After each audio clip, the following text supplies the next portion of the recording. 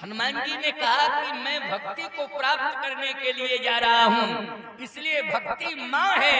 और जब माँ की तलाश में बेटा निकल पड़ता है तो कभी भूखा नहीं रहता है, उसे भोजन अवश्य ही मिलता है। क्यों भाई, माँ की तलाश में अगर बेटा निकल पड़े तो ये कन्फर्म है कि वो भूखा नहीं रह सकता है, क्योंकि माँ ही खिलाने वाली होती है।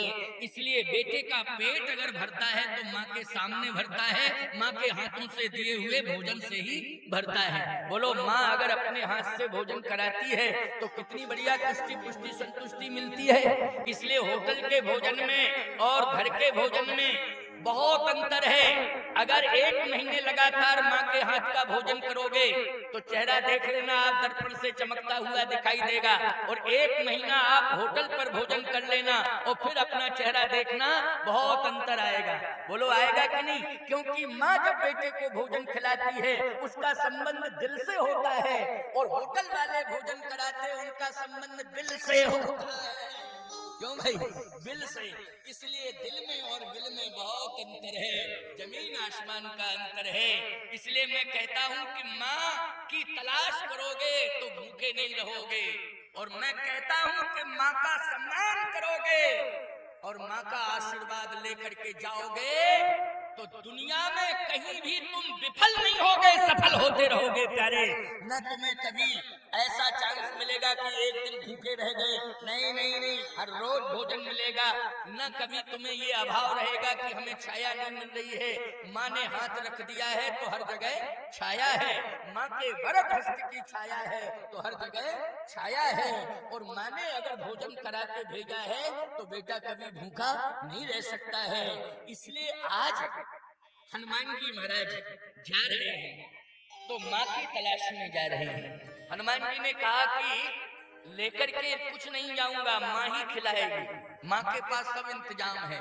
इसलिए पूरी भूख बुझाऊंगा तो माँ के सामने बुझाऊंगा, कहीं मांगूंगा भी नहीं, माँ के सामने ही कहूंगा, माँ बस मैं भूखा हूँ, वो तुरंत हमें खिलाएगी। बस ये भाव लेकर के हनुमान जी चले। जैसे ही जा रहे थे तो भगवान ने कहा कि हनुमान, तुम जा तो रहे हो लेकिन मेरा भी संदेश ले जाओ। अगर भोजन नहीं ले जा रहे हो तो हमारा संदेश तो ले जाओ कम से कम, और ये संदेश सीता को सुना देना।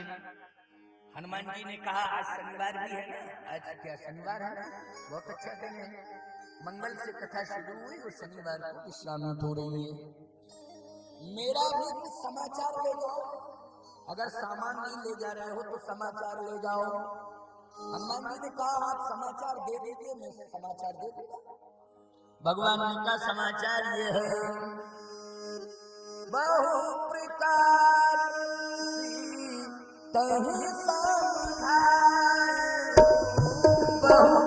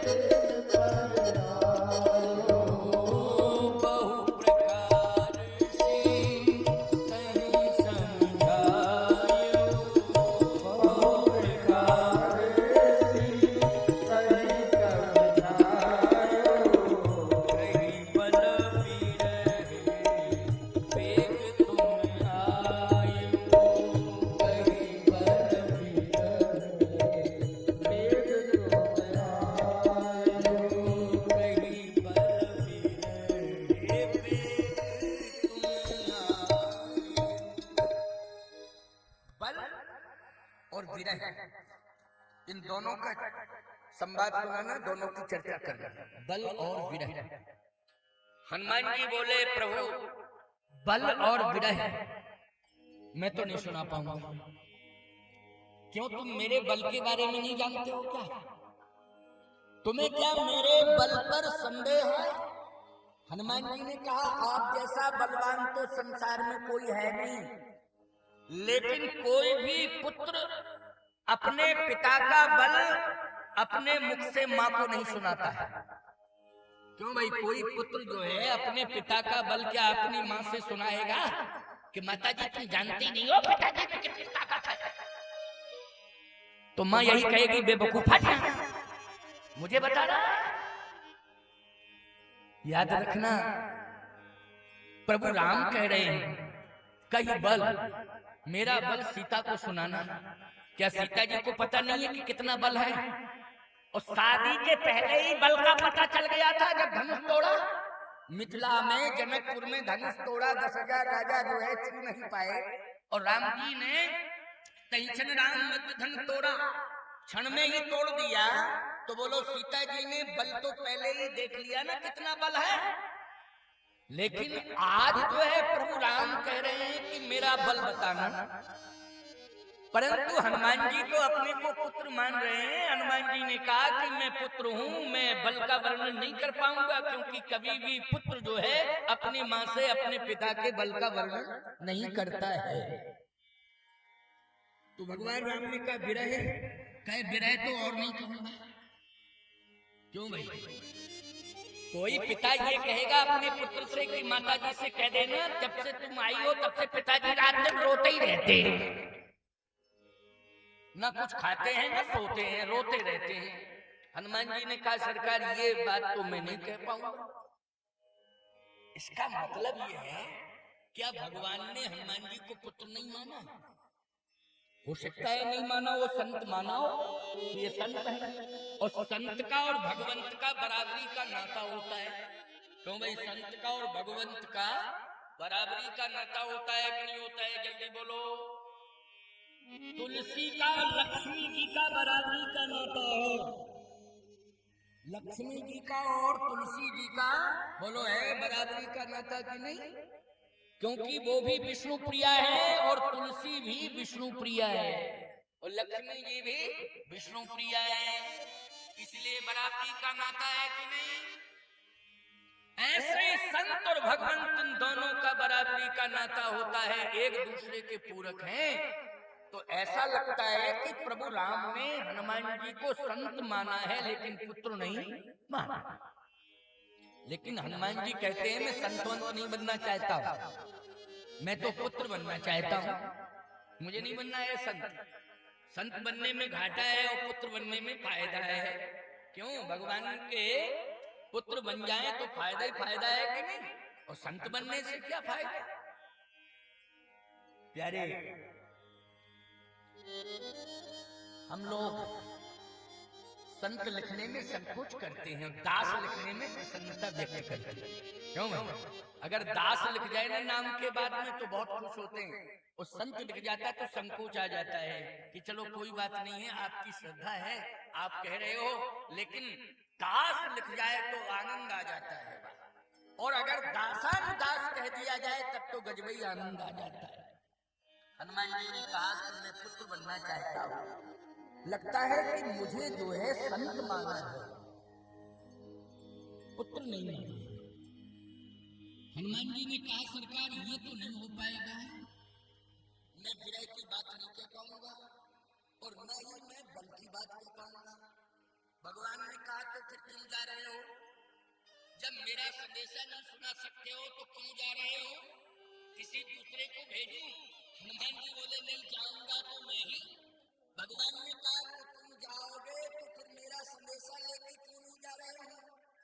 हनुमान जी बोले ऐसा है प्रभु, ये संदेशा लेके क्यों जाऊं, आप ही को लेके जाऊंगा। और डायरेक्ट आप जो है अपनी बात कर लीजिएगा, कोई दिक्कत नहीं। भगवान ने कहा अभी मैं नहीं जाऊंगा, जब समुद्र पर पुल बन जाएगा और पूरा वानर दल हमारे साथ जाएगा तब मैं लंका जाऊंगा। इन साथियों को छोड़ करके मैं अकेले लंका जाने वाला नहीं हूँ। इसलिए समुद्र पर पुल का निर्माण होगा और उस समुद्र के पुल से हम जो है जिसको राम सेतु कहते हैं उस पर चढ़ करके हम लंका की यात्रा करेंगे अपने साथियों के साथ। स्पष्ट लिखा है रामायण में, तब निज भुज बल राजीव नैना, कौतुक लाग संग कपि सेना। कौतुक लाग संग कपि सेना। जब वानरों का समूह है मेरे साथ जाएगा तब लंका जाएगा। भगवान राम ने कहा कि तुम अकेले जा सकते हो तो जाओ। हनुमान जी ने कहा सरकार अगर बल और विरह की बात कहनी है तो मैं आपको ले जाऊंगा। भगवान बोले नहीं जाऊंगा तो कैसे ले जाओगे? अच्छा तुम्हारे अंदर ताकत है, तुम ताकत का प्रयोग करोगे क्या? जब मैं नहीं जाऊंगा तो तुम क्या ताकत का प्रयोग करोगे? हनुमान जी ने कहा नहीं, ताकत का प्रयोग तो दुष्टों के ऊपर किया जाता है। ताकत का प्रयोग कभी माँ बाप के ऊपर नहीं किया जाता है। ताकत का प्रयोग अच्छे इंसानों के ऊपर नहीं किया जाता है।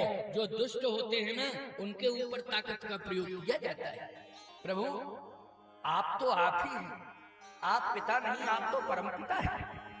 आप कैसी बात कर रहे हैं मैं ताकत का प्रयोग करूंगा? तो फिर कैसे ले जाओगे? मैंने संतों से सुना है कि सरलता में बड़ी ताकत है। सरलता में इतनी बड़ी ताकत है।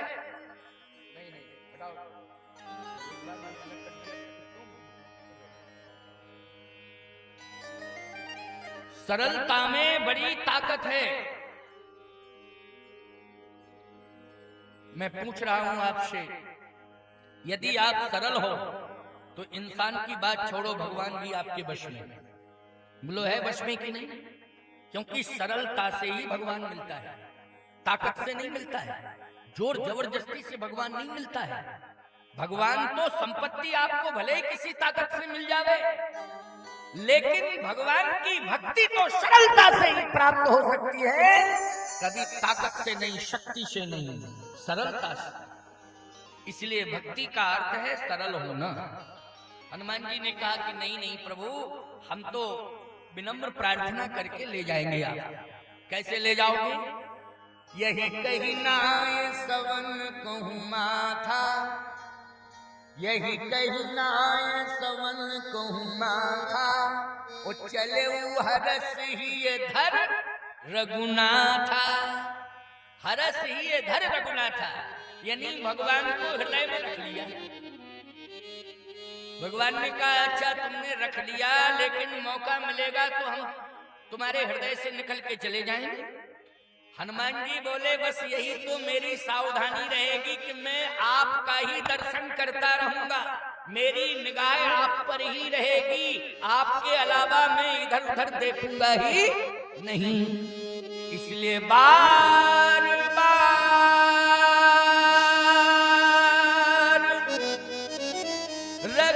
रघुवीर समारी,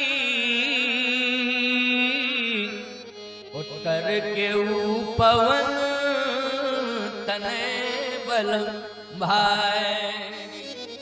बार बार किसे संभाल रहे हैं? जल्दी बोलो। भगवान को संभाल रहे हैं। मैं इसलिए कह रहा हूं तुम लोगों से, कथा में सुन लो एक सिद्धांत, यही तुम्हारे लिए बहुत बड़ी उपलब्धि है, एक बहुत बड़ा संबल है कथा के माध्यम से जो तुम्हें सुनने को मिल रहा है। आप परिवार को संभालते हो, परिवार आपका नहीं हो पाता है। आप रिश्तेदारों को संभालते हो, रिश्तेदार आपके नहीं होते हैं। आप व्यापार को संभालते हो, व्यापार भी हाथ से चला जाता है। कहते हो घाटा लग गया। घाटा लगने का अर्थ क्या है? बोलो, हाथ से गया कि नहीं गया? अच्छा, बेटा बोले क्या अलग हो गया, इसका मतलब है बेटा भी हाथ से चला गया। बोलो चला गया कि नहीं? अब तुम दोनों रह गए हो, क्या करें? बेटा बहू दोनों अलग हो गए, चला गया। रिश्तेदारों ने भी समय पर साथ नहीं दिया, याद रखना, वो भी आपसे दूर हो गए। लेकिन मैं एक ही बात कहता हूँ, आशा एक राम जी से दूजी आशा छोड़ दे, और नाता एक राम जी से दूजा नाता तोड़ दे। हमेशा भगवान को संभालो, ये अपने आप सब संभले रहेंगे। और यदि तुमने भगवान को नहीं संभाला, संसार को संभालने में लगे रहे, तो याद रखना ना घर के रहोगे ना घाट के रहोगे, कहीं के नहीं रहोगे। इसलिए भगवान को संभालो, चाहे जहां चले जाना और चाहे जो भी उपलब्धि हासिल करना, सफलता ही सफलता रहेगी हाथ में। इसलिए हनुमान जी बार बार रघुवीर समारी, उतर के पवन तने बल भारी। बार बार किसको संभाल रहे हैं? बोले भगवान को। अच्छा, भगवान को संभाल रहे हैं तो लंका की यात्रा सफल हुई कि नहीं हुई? बताओ। सफल हो गई। एक छलांग लगाई और एक ही छलांग में समुद्र का दूसरा तट आ गया। बाधाएं बहुत आई। हनुमान जी छलांग लगा रहे थे तो सुरसा ने पकड़ने की कोशिश की, सिंघका ने पकड़ने की कोशिश की, सुरसा ने खाने की कोशिश की, सिंघका ने पकड़ने की कोशिश की। बोलो की कि नहीं की? लेकिन इनकी कोशिशें फेल हो गई कि नहीं हो गई? हनुमान जी सफल हो गए, लेकिन सुरसा और सिंघका विफल हो गई। वो अपने लक्ष्य को पूरा नहीं कर पाई, लेकिन हनुमान जी अपने लक्ष्य को पूरा किए। क्यों? सुरसा के साथ अहंकार जुड़ा हुआ है और हनुमान जी के साथ भगवान का नाम जुड़ा हुआ है। बोलो क्या जुड़ा है? भगवान का नाम जुड़ा हुआ है और सुरसा के साथ में अहंकार जुड़ा हुआ है। इसलिए अहंकार जब जुड़ जाता है तो व्यक्ति फैल हो जाता है, और जब व्यक्ति के साथ में भगवान का नाम जुड़ जाता है तो व्यक्ति सफल हो जाता है, उसका जीवन भी सफल हो जाता है। हनुमान जी सफल हो गए। जैसे ही लंका में प्रवेश करना चाहा तो एक राक्षसी खड़ी थी, वो पहरा दे रही थी। राक्षसी क्या कर रही थी? पहरा दे रही थी। उसका नाम है लंकिनी। नाम लंकिनी एक निश्चरी। निश्चरी, ये निश्चरी है। नाम क्या है इसका? लंकिनी। जैसे हनुमान जी ने देखा, हनुमान जी ने कहा निश्चित रूप से महिलाओं की आदत है कि वो टोकती हैं। समझ रहे हो तुम? टोकना टाकना उनकी आदत है। यदि तुम घर से निकलोगे और तुमने कोई गोपनीय बात नहीं बताई तो तुरंत कहेंगे कहाँ जा रहे हो, क्या बात है, बता के तो जाओ। बिना भाई बताने वाली बात नहीं है तो इसमें जबरदस्ती क्यों कर रही हो? अच्छा, आपको महाराज जी क्यों नहीं बताई जा सकती? क्योंकि ब्रह्मा जी ने तुम्हारी जन्म पत्री में ये लिखा है कि तुम्हें बात पचती नहीं है। अगर बता दिया जाए तो विश्वास तो पूरा है तुम्हारे ऊपर, कोई शंका थोड़ी है। लेकिन क्या बतावे, गोपनीय कार्य बिना गोपनीयता के जो है सिद्ध नहीं हो सकता, सफल नहीं हो सकता। और तुम्हें बता दो तो बात पचती नहीं, तुरंत ही कहोगी कि तुम्हें हम बता रहे, तुम दूसरे को मत बताना। ये और कह देंगे। अच्छा, इसी तरह से क्रम से दूसरी, तीसरी, चौथी, पांचवी सब क्रम से उस बात को ओपन ही कर देगी और तुम फैल हो जाओ। इसलिए आदत है टोकने टाकने की, आदत है टोकने टाकने की। क्या बतावें आपको? एक बार हम जो है सुबह घूमने जा रहे थे तो एक पार्क था बढ़िया। उस पार्क में 4-5 राउंड देने के बाद हम बैठ गए। महिलाएं भी घूम रही थी, पुरुष भी घूम रहे थे, बड़ा पार्क था। लेकिन एक देवी जी ने प्रणाम किया, हम समझे ये श्रद्धालु है, और फिर पूछा कि आप कहां से आए? हमने कहा चित्रकूट से आए। अब दूसरी कह रही है कि चित्रकूट से आए, तो अब पुरुष कोई नहीं पूछा, न कोई रुके, उसने श्रद्धा पूर्वक नमन किया और घूमते रहे। ये नहीं कहा आप कहां से आए, कैसे आए, टोका किसने है? कहां से आए? चित्रकूट से। दूसरी बोली चित्रकूट से आप आए, चित्रकूट में ही रहते हैं? हमने कहा चित्रकूट में रहते हैं। हम गए थे चित्रकूट, आप मिले नहीं। तो मैंने कहा कि तुम गई थी तो कहाँ गई थी? हमारा स्थान तो कामदानाथ कामदगिर है, प्रमुख द्वार, जहाँ से लोग परिक्रमा शुरू करते हैं। तो तुम कामदानाथ गई थी क्या? कहीं कामदानाथ तो नहीं गई। तो हमने कहा फिर कहाँ गई थी? कहे हमारी रिश्तेदारी है, करवी है चित्रकूट के पास में, तो मैं वहां गई थी, लेकिन आप वहां दिखाई नहीं दिए बाजार में। हमने कहा हम चाट का ठेला लगाते हैं कि मूंगफली बेचते हैं, हम तुमको बाजार में मिल जाएं। अरे भाई तुमको अगर जाना था तो कामतानाथ मंदिर में जाती, वहां पूछती, अगर नहीं होते तो वहां के पुजारी कहते महाराज जी इस समय फर्रुखाबाद गए या आगरा गए हैं या दिल्ली गए हैं या अमुक स्थान पर कथा कहने गए, वहां से पता लग जाता। अब बाजार में खोजती फिर रही है। बोलो भाई सोच क्या है? इसलिए कभी भी बुद्धि को व्यर्थ में नहीं गमाना चाहिए, बात कभी भी विफल नहीं करनी चाहिए। वह बात करो जो सफल हो, क्योंकि ये शब्द जो है ब्रह्म है और शब्द ही तुम्हारा सम्मान है और शब्द ही तुम्हारा खजाना है, इसलिए इसको सुरक्षित करके रखो। इसलिए व्यर्थ की बातों में, और सबसे ज्यादा व्यर्थ की बातों से झगड़ा होता है कि नहीं होता है? बोलो होता है कि नहीं होता है? अच्छा, हस्तिनापुर का झगड़ा शुरू कहां से हुआ था? द्रौपदी ने कहा था अंधे के अंधा ही होता। अब बोलो भाई झगड़ा शुरू हो गया कि नहीं हो गया? अरे क्या कहने की जरूरत थी कि अंधे के अंधा ही होता है? ये कहने की जरूरत नहीं थी। इतना बड़ा महाभारत हो गया कि आज महाभारत इतना मोटा ग्रंथ बन गया। बोलो बन गया कि नहीं बन गया? बन गया।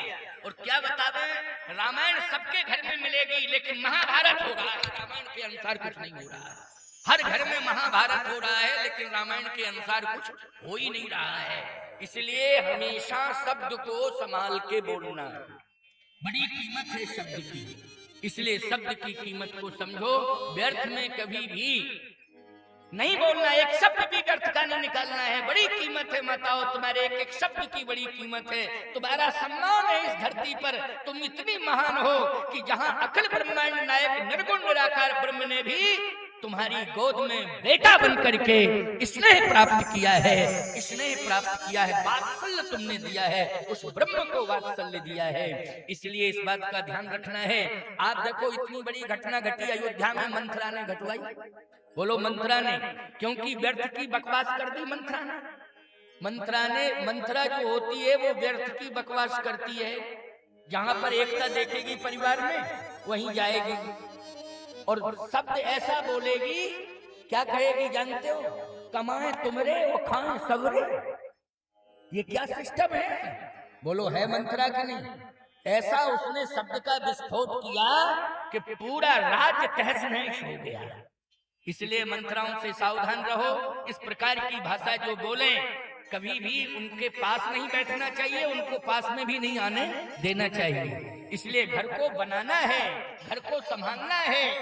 याद रखना माताओं, जितना स्वर्ण आभूषणों से, सुंदर साड़ी आदि वस्त्रों से आप अपना श्रृंगार करती हो, उससे ज्यादा अच्छा श्रृंगार अपने घर में किया करो। विचार अच्छे रखा करो, व्यवहार अच्छा रखा करो। ऐसा तुम्हारा आंगन सजा रहे कि जिसमें स्वयं इंसान नहीं, मेहमान नहीं, एक दिन भगवान आ जावे, ऐसा आंगन होना चाहिए। ऐसा घर का श्रृंगार करो। ये दीवार में पेंट लगाने से कुछ नहीं होता है, दीवार को सुंदर बनाने से कुछ नहीं होता है, विचारों को सुंदर बनाने से सब कुछ होता है। इसलिए विचार अच्छे होने चाहिए। आप लोगों से भी मैं कह रहा हूं कि विचार आपके अच्छे होना चाहिए। सुंदर विचार ही चरित्र का प्रमाण पत्र है। और यदि व्यवहार विचार बिगड़ गया तो याद रखना, फिर शिक्षा की दुनिया में चाहे जितने प्रमाण पत्र ले लेना, लेकिन आपको धर्म की दुनिया स्वीकार नहीं करेगी, वह परमात्मा स्वीकार नहीं करेगा। तो हनुमान जी ने कहा कि ये लंकनी है, इससे झगड़ा करना ठीक नहीं। हनुमान जी ने कहा कि यही है कि छोटे बन जाओ और आराम से निकल जाओ।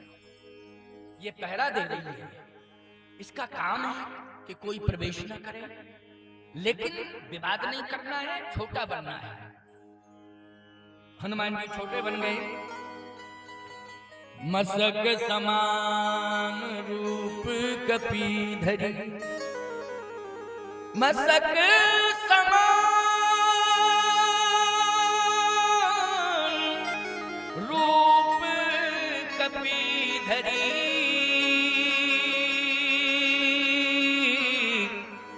लंकहि चले वो सुमिर नरहरि। हनुमान जी ने कहा कोई शस्त्र लेकर के नहीं आया हूं, लेकिन हे नृसिंह भगवान, आप अपने नाखूनों की ताकत दे दो मुझे। किसकी ताकत दे दो? नाखूनों की ताकत दे दो, जिससे अगर कोई राक्षस आएगा तो हम अपने नखों से उसका वक्ष विदीर्ण कर लेंगे और उसकी अंतड़ियों की माला पहन लेंगे। लेकिन नखों की शक्ति, अच्छा बोलो, नाखून से हमला करना और किसी धारदार हथियार से हमला करना, धारा में बहुत बड़ा अंतर है कि नहीं? बोलो, अंतर है कि नहीं?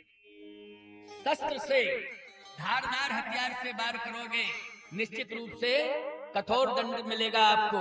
यदि नख से यदि आपने वार कर दिया तो बोलो उतना संगीन अपराध नहीं माना जाता है। इसलिए हनुमान जी ने कहा कि आप नृसिंह भगवान अपने नाखूनों की शक्ति मुझे दो। मैं गदा वदा तो छोड़ के आया हूं।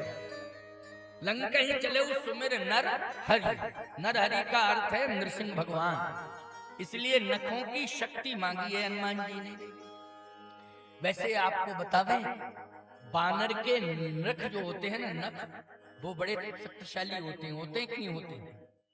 बानर क्या करता है? या तो वो काटता है या हाथ के प्रयोग से आपको नोचता है, यही करता है बानर। लेकिन हनुमान जी ने कहा कि हमें बानर वाले नख नहीं चाहिए, हमें नृसिंह भगवान वाले नख चाहिए। इसलिए लंका चले सुमिर नर हरि, नृसिंह भगवान वाले। मानो नृसिंह भगवान ने अपनी ताकत दे दी। इसलिए पंचमुखी हनुमान में एक मुख है नृसिंह मुख। बोलो, हनुमान जी का पंचमुखी हनुमान में एक मुख कौन सा है? जल्दी बोलो। नृसिंह मुख है, क्योंकि नृसिंह भगवान का आवाहन किया तो नृसिंह भगवान हृदय में प्रवेश कर गए। मसक समान रूप कपिधरी और लंका ही चले सुमिर नर हरि। जैसे हनुमान जी प्रवेश करने लगे तो लंकनी कहती है, रुक, जान सुना मरम सठ मोरा और मोर आहार जहां लग चोरा। मैं लंका के चोरों को खाती हूँ, जो लंका में आते हैं ना चोर, उनको खा लेती हूँ, मेरा यही आहार है। हनुमान जी ने कहा कि अब तो बातचीत करना चाहिए, क्योंकि कह रही है मैं लंका के चोरों को खाती हूँ। हनुमान जी ने कहा कि मैं लंका का चोर नहीं हूं और मैंने कभी चोरी नहीं की, तो मुझे चोर कहना ये उचित नहीं है। और यदि तू चोरों को खाती है तो तेरे यहाँ का राजा कौन है, उसका नाम बता। कहे हमारी लंका का राजा तो रावण है। हनुमान जी बोले सबसे बड़ा चोर तो वही है, उसे क्यों नहीं खा रही है? मुझे क्यों खा रही है? जो चोर नंबर 1 का चोर है, विश्व प्रसिद्ध चोर है, जिसने अभी अभी ताजे हालातों में सीता जी की चोरी की। बोलो की है ना चोरी? तो इतनी बड़ी चोरी करने वाला चोर लंका में राजा बना बैठा है, तू उसे नहीं खा रही है? और मैंने आज तक कभी चोरी नहीं की है, मुझे चोर कह रही है। इसका मतलब है ये लंका का सबसे बड़ा दोष पकड़ में आ गया कि लंका में चोर को साहूकार और साहूकार को चोर कहा जाता है। ये लंका का सबसे बड़ा दोष, सबसे बड़ी कमी समझ में आ गई कि यहाँ चोर को साहूकार और साहूकार को चोर कहा जाता है। हनुमान जी ने कहा दूध का दूध, पानी का पानी कर दूंगा, क्लियर है साहब, समझ रहे हो कि नहीं? अच्छा बोलो भाई, हंस क्या करता है? नीर क्षीर का भेद। बोलो, क्षीर को अलग कर देता है और नीर को अलग कर देता है। ये तो हंस का काम है। हनुमान जी तो हंस नहीं, परम हंस हैं। इसलिए हनुमान जी के हाथ में तो सब कुछ है। एकदम सत्य क्या है, असत्य क्या है, इसलिए दोनों धरातल सत्य और असत्य के स्पष्ट कर देंगे हनुमान जी। ये सत्य का धरातल है, ये असत्य का धरातल है। हनुमान जी ने कहा कि अभी मैं बताता हूं कि कौन चोर कौन साहूकार। हनुमान जी ने उसी समय मुट्ठी का एक ताही कपी रुधिर बमत धरनी धनुमनी पुनि संभारे उठी सोलंका जोर पानी कर विनय सशंका जब रावण ही ब्रह्म बर दीना चलत विरंच कहा मोहि सीना विकल होश तय कप के मारे और तब जान सिंह सिचर संघारे तात मोर यति पुण्य बहुता देखियो नयन राम कर दूता तात स्वर्ग अपवर्ग सुख धरिए तुलाई की अंग उतूल न ताहि सकल मिल जो सुख लव सत संग। इतनी बढ़िया बात बोल रही है लंकिनी राक्षसी। जब रावण ही ब्रह्म वर दीना चलत विरंच कहा मुझ चीना विकल होसते कप के मारे तब जानस निश्चर संघारे। अब निशाचरों के विनाश का समय आ गया है और आज मुझे कौन मिल गया है? रामदूत मिल गया। ब्रह्मा जिसके अधीन है वो राम का दूत आज मेरे सामने खड़ा हुआ है। बोलो ब्रह्मा किसके अधीन है? ब्रह्मा विष्णु महेश ये तीनों जासु अंश तय उपजय नाना शंभु विरंच विष्णु भगवाना। उसका दूत मेरे सामने खड़ा है। और याद रखना हनुमान जी का ये मुष्टिका का प्रहार क्या है प्यारे? संत का स्पर्श हो जाता है तो विकार अपने आप नष्ट हो जाते हैं और सुंदर विचार आ जाते हैं। इसलिए विकार चला गया, पहले विकार था, हनुमान जी का स्पर्श हुआ तो सुंदर विचार हो गए। इसलिए संतों को प्रणाम किया जाता है और उनसे आशीर्वाद लिया जाता है। क्योंकि हनुमान जी ने जैसे मुष्टिका का अर्थ ये नहीं कि खींच करके मुष्टिका मारी, हनुमान जी ने स्पर्श किया तो स्पर्श मात्र से क्या हुआ? उसके विकार चले गए और सुंदर विचारों का प्रस्फुटन हो गया। सुंदर विचार आए और वही विचार वाणी से निकलने लगे। क्या कह रही है? जब रावण ही ब्रह्म वर दीना चलत विरंच कहा मुहि चीना विकल होसते कपि के मारे और तब जानस निश्चर संघारे। तात मोर यति पुण्य बहुता देखो नयन राम कर दूता। हनुमान जी बोले रास्ता रोक रही थी, अब ये बताओ रास्ता क्लियर है कि नहीं? तो कहती प्रभस नगर की जय सब काजा हृदय राख कौशलपुर राजा। प्रवेश करिए, रास्ता क्लियर है, क्लियर है रास्ता। इसका मतलब है हृदय परिवर्तन। बोलो हुआ हृदय परिवर्तन की नहीं? आज रास्ता मिल गया, लंकनी का भी उद्धार हो गया। बोलो हो गया उद्धार की नहीं? और एक रास्ता मिल गया हनुमान जी को। अब हनुमान जी जब चले तो आप विचारवान श्रोता बैठे हो, सुनना जरा, बहुत बढ़िया बात है। पूरी लंका का सर्वे किया हनुमान जी ने। तो लंका में देखा था, लंका में हनुमान जी ने देखा कि राक्षस सो रहे हैं, राक्षसियां सो रही हैं, मदिरा में उन्मत्त हैं, सब सो रहे हैं। मर्यादाहीन लंका दिखाई दी है, मर्यादाहीन लंका दिखाई दी है। आपको एक बात और बता दें, अन्यथा मत लेना, ले लोगे तो हमें कोई दिक्कत नहीं, कोई परेशानी नहीं, लेकिन बात में क्लियर कहूंगा।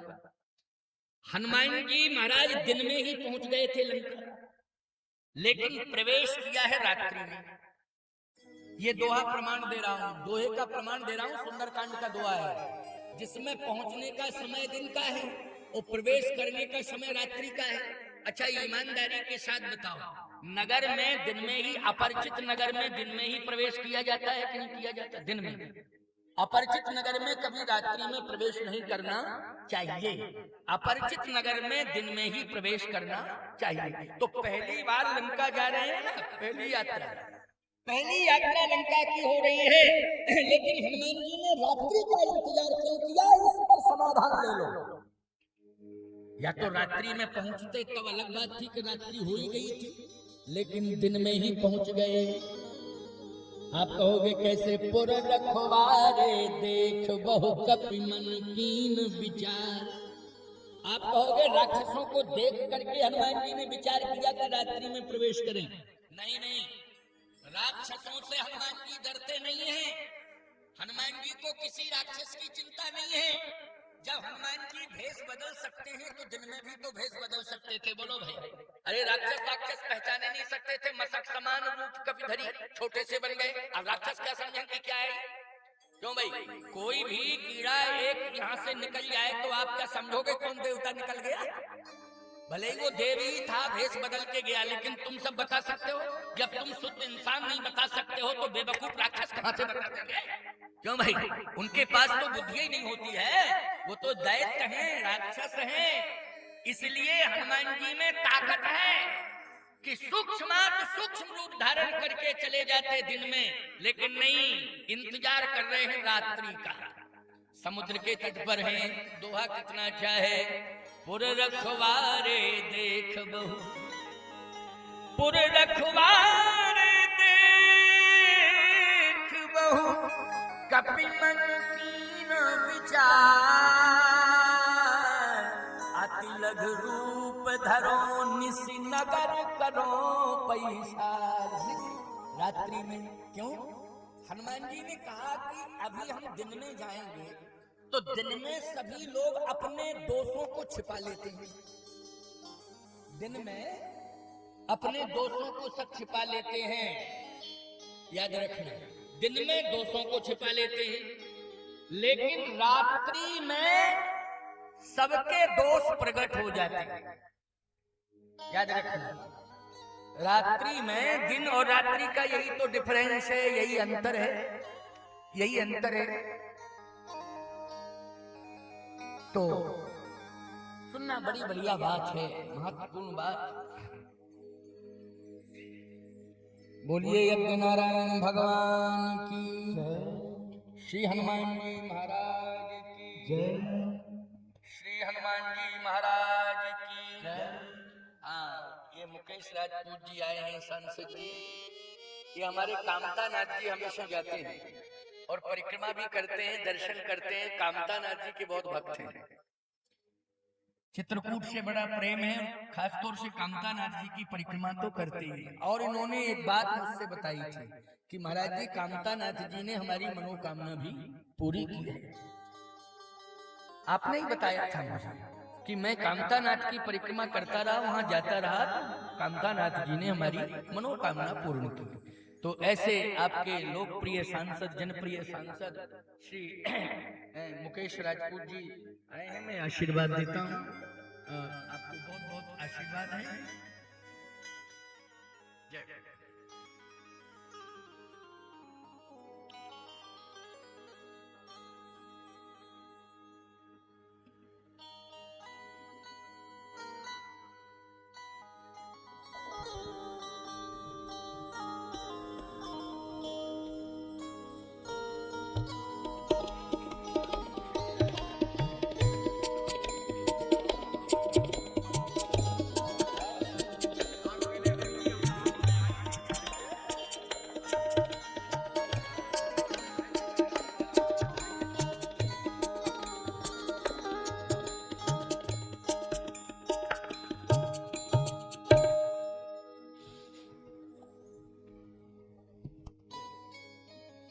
हाँ, तो श्रवण करिए आनंद से, बहुत ही महत्वपूर्ण समय है, मंगलमय क्षण है, क्योंकि थोड़ा ही समय बचा है।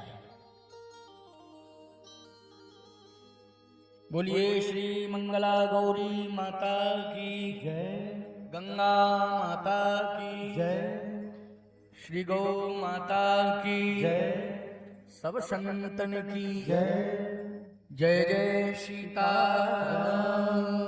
आओ श्रवण करो। श्री हनुमान जी ने देखा कि मैं यहाँ के दोष कैसे पहचानूंगा, दोष, क्योंकि लंका में क्या सभी दोषी ही दोषी हैं? ऐसा कोई नहीं है कि दोषों से दूर हो, लेकिन कहीं ऐसा ना हो जाए कि निर्दोष को भी सजा मिल जाए। क्यों भाई, कहीं इतना बड़ा धोखा ना हो जाए कि हम सजा दें दोषियों को, लेकिन बेचारे निर्दोष को भी सजा मिल जाए। तो हनुमान जी ने कहा कि रात्रि में प्रवेश करूंगा तो रात्रि में दोष क्लियर दिखाई दे जाते हैं कि किसमें दोष है किसमें नहीं है, क्योंकि दिन में लोग दोष अपने छिपा लेते हैं, लेकिन वो छिपे हुए दोष रात्रि में प्रकट हो जाते हैं। क्यों हो जाते हैं? इसलिए मैं कहना चाहता हूँ, विचार हनुमान जी ने यही किया कि कहीं निर्दोष को सजा ना मिल जाए, मेरे द्वारा अपराध हो जाएगा, इसलिए मैं रात्रि में पूरी लंका का सर्वे करूंगा कि कौन संत है कौन दुष्ट है, ये क्लियर कर दूंगा कि दुष्ट कौन है और संत कौन है, क्योंकि पूरी लंका में एक ही तो संत है, और उसका परिवार भी संत है। विभीषण अगर संत है तो उसका पूरा परिवार क्या है? संत ही है। कहीं संत को सजा न मिल जाए तो बहुत गड़बड़ हो जाएगा, बहुत कष्ट होगा। इसलिए मैं रात्रि में जाऊंगा, पूरी लंका को देखूंगा और समझ लूंगा चुन चुन करके कि कौन असंत है, कौन संत है, कौन दुष्ट है, कौन भक्त है। मैं एक एक घर में जाकर के क्लियर करूंगा और रात्रि में सब क्लियर हो जाएगा। बोलो हो जाएगा कि नहीं? हमको कहना नहीं चाहिए। एक व्यक्ति हमारे पास बहुत आता था और बड़ी श्रद्धा दिखाई देती थी, तो उसने कहा कि महाराज जी आपसे बात कब होगी? मैंने कहा कि मुझसे बात करना जरूरी हो तो ये नंबर है, जरूरी हो तब बात करना और टाइम ये है। लेकिन मैंने कहा तुमसे बात कब होगी? बोले महाराज जी शाम को 8 बजे के बाद, आप 7 बजे के बाद नहीं करिएगा बात। हमने कहा कि 7 बजे के बाद व्यस्त हो जाते हो क्या? बोले महाराज जी अब हम आपसे नहीं कहेंगे। अच्छा, जब वो चला गया तो एक व्यक्ति पीछे रह गया। हमने कहा इधर। हमने कहा ये क्या मैटर था कि कहने लगा कि 7 बजे के बाद मत करिएगा। बोले महाराज जी सूर्य अस्त तो श्रीमान जी समझ गए वो बात कि नहीं? सूर्य अस्त तो श्रीमान जी मस्त। इसलिए उन्होंने अपनी मर्यादा में कह दिया कि कृपया आप महाराज जी 7 बजे के बाद कभी फोन ना करिएगा। बड़ी विचित्र स्थिति रहती है प्यारे। सावधान, इन दोषों को दूर करो, दोषों से निकलने की कोशिश करो। इसलिए विभीषण लंका से निकल गया। बोलो विभीषण जो है लंका से निकल गया कि कहीं मैं प्रभावित ना हो जाऊं, बचूं बचूं बचूं, किसी तरह बचूं। हनुमान जी कहते हैं कि मैं गलती ना कर बैठूं, नहीं इन दुष्टों के चक्कर में साधु को भी सजा दे दूं, कहीं ऐसा ना हो जावे। इसलिए कपि मन कीन विचार, हनुमान जी ने विचार किया है और विचार पूर्वक अपनी यात्रा की और लंका में प्रवेश किया। मंदिर मंदिर प्रतिकर शोधा, देखे जहते अगणित जोधा। वहां राक्षस ही राक्षस मिले, सो रहे थे, शराब पिए, मदिरा में उन्मत्त थे। वहां राक्षसियां भी सो रही हैं, मर्यादाहीन हैं। हनुमान जी ने कहा कि सुनता था कि लंका ऐसी है, लेकिन आज मैंने आंख से देखा। लेकिन सोई हुई अवस्था में अगर किसी को देखा जाता है तो वो मुर्दे के समान होता है, वो व्यक्ति जीवित नहीं होता है। और याद रखना, मुर्दे को आप किसी भी दशा में देखोगे तो पाप नहीं लगेगा। समझ गए हो ना? मुर्दे को आप किसी भी दशा में देखो तो पाप नहीं लगता है। हनुमान जी ने कहा ये सब मुर्दे हैं, कोई जिंदा नहीं है। अब मैंने दृष्टिपात तो किया है, लेकिन हे प्रभु कोई प्रायश्चित जरूर करा देना, क्योंकि मैंने सोई हुई अवस्था में देखा है लेकिन दोष लग गया, प्रायश्चित करा देना। भगवान ने कहा ब्रह्मास्त्र आएगा और तुम्हें बांध लेगा और तुम्हारा प्रायश्चित पूरा हो जाएगा। ब्रह्मास्त्र आएगा, वो तुम्हें बांध लेगा और बांध लेगा तो प्रायश्चित तुम्हारा पूर्ण हो जाएगा। इसलिए ब्रह्मास्त्र में हनुमान जी बंध गए। समझ गए हो कि नहीं? हनुमान जी इसलिए ब्रह्मास्त्र में बंधे हुए हैं। देखा हनुमान जी ने कहा वाह, लंका में बहुत ही बड़े बड़े राक्षस, बड़े दुष्ट हैं, कोई संत है कि नहीं? भवन एक पुनि दीख सुहावा, भवन एक पुनि दीख सुहावा, हरि मंदिर तह भिन्न बना।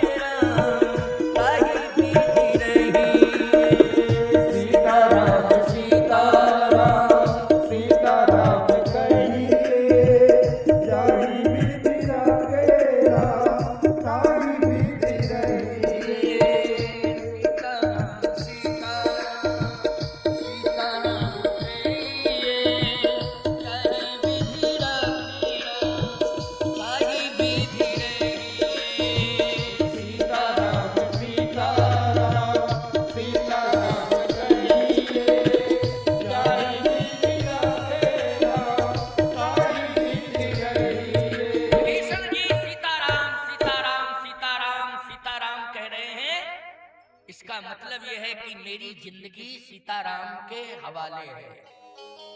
जाही विधि राखे राम ताही विधि, जैसा आप रख रहे हैं वैसा मैं रह रहा हूं। जहां आप रखेंगे वहीं मैं रहूंगा, और जहां आप भेजेंगे वहीं मैं जाऊंगा, और जैसे आप रखेंगे वैसे ही मैं रहूंगा। हनुमान जी ने कहा निश्चित रूप से पहचान हो गई, रात्रि में अगर कोई सोते समय सीताराम सीताराम कह रहा है तो संत है। बोलो भाई, गुण समझ में आ गए कि नहीं आ गए? रात्रि में सीताराम, इसलिए मैं हमेशा एक बात कहता